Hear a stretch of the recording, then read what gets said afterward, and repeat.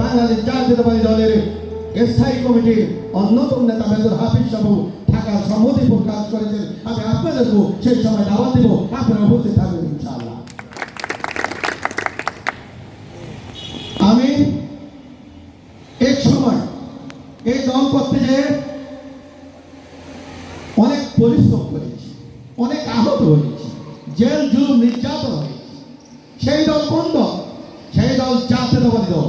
সেই দলের শক্ত ছায়ায় জীবনের 17-18টি বছর তার পূর্ব নির্যাতনের শিকার হয়েছি, কিন্তু কখনো কখনো এরকম প্রোগ্রামে আজকে 17 বছর অংশগ্রহণ করতে পারি নাই। আজকে আপনাদেরকে নিয়ে সামান্যকে থানার প্রোগ্রামে আমি বুক খুলে বক্তব্য দিতে পারছি, সেই জন্য আপনাদেরকে আমি অভিনন্দন জানাচ্ছি।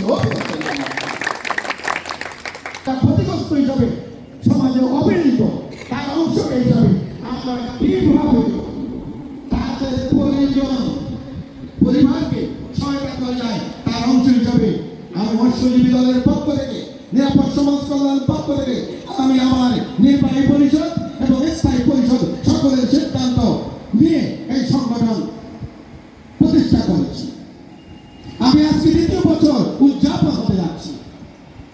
আমরা একাধারে অনেকটি প্রতিষ্ঠানকে অর্থনৈতিকভাবে সহযোগিতা করেছি।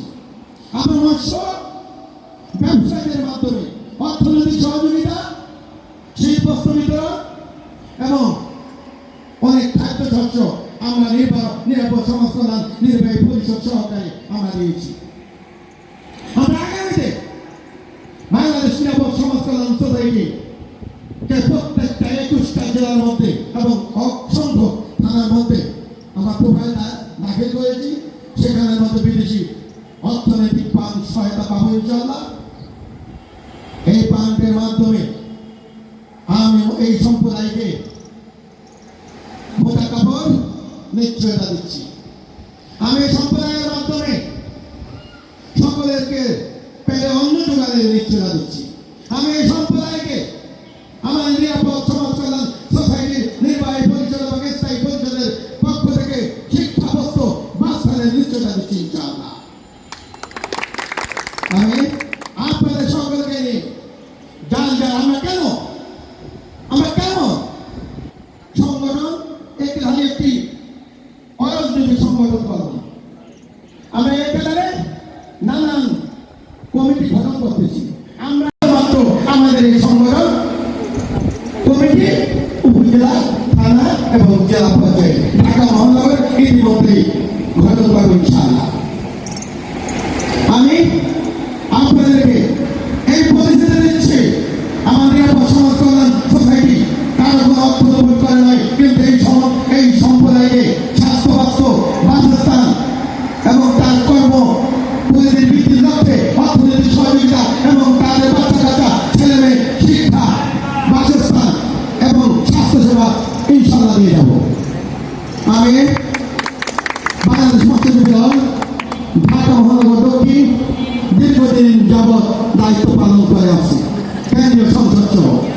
আমি তাদের নিয়ে রাজপথে সকল সময় কাজ করেছি। আমার সেই যোদ্ধাদের মধ্যে আমার নেতা ঢাকা স্থায়ী কমিটির অন্যতম সদস্য মির্জা আব্বাস। আমি তাদের মাধ্যমে স্থায়ীভাবে কাজ করেছি। আমরা ঢাকে এক ব্যক্তি বিএনপির যুদ্ধ মহাসচিব রুল কবির বিষয় আমি তাদের মাধ্যমে কাজ করে আছি। তাদের মধ্যে একটি প্রবাদ আছে, ঢাকা আমান, জননেতা আমানুল্লাহ আমান, তার মাধ্যমে আমি কাজ করে আছি। আমি আশা করবো নিরাপদ সমাজ কল্যাণ সোসাইটি এদেরকে নিয়ে আপনাদের সহযোগিতা করবো ইনশাআল্লাহ।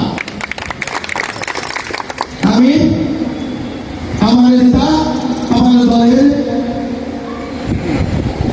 নেতা, মৎস্যজীবী দল মাঠে ঘাটে যার অবদান, যে কর্মী বান্ধব নেতা যাকে আমরা উপাধি দিয়েছি, সেই রক্তের বীর যোদ্ধা, ঢাকা বিশ্ববিদ্যালয়ের ছাত্র, সেই ইতালি প্রবাসী, ঢাকালি অবসর সাধারণ সম্পাদক এবং বাংলাদেশে যে আমার দলের দায়িত্ব গ্রহণ করেছে, সেই মৎস্যজীবী দল থেকে একাধিক